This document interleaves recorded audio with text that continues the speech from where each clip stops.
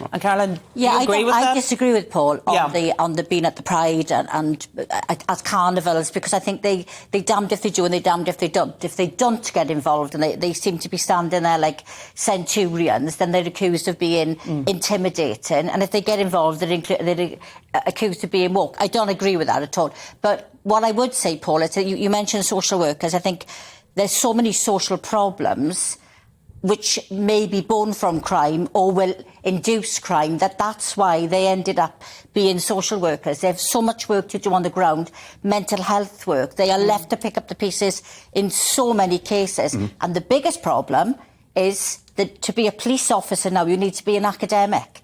You know, what happened to the old days when you had people coming into the police force who could do the policing and not worry about the paperwork? We've lost that. We're losing experienced officers. They're retiring early because the stress and the pressure is too much. That's what we need to do, is get back to the policing where you didn't need a degree. You came in because you were good at solving crime, you were good in the community, you were a good community resource. Well, let me be devil's advocate about that point about too much paperwork, etc.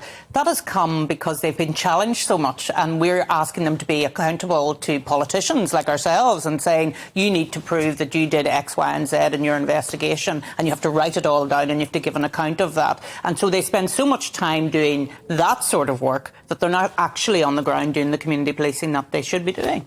Yeah, I mean, this is where the PCSOs come in. Yeah. I mean, the PCSOs have been a fantastic community resource, and we've got more of them than in Wales because the Welsh Government have funded it. But that is what we are lacking. There's got to be a better way to streamline the paperwork and to get the police out there doing the police work, not the social work. So everything else, social care, social services, they all need to step up a bit to do their bit, so the police get a bit of freed up to get on with doing the policing.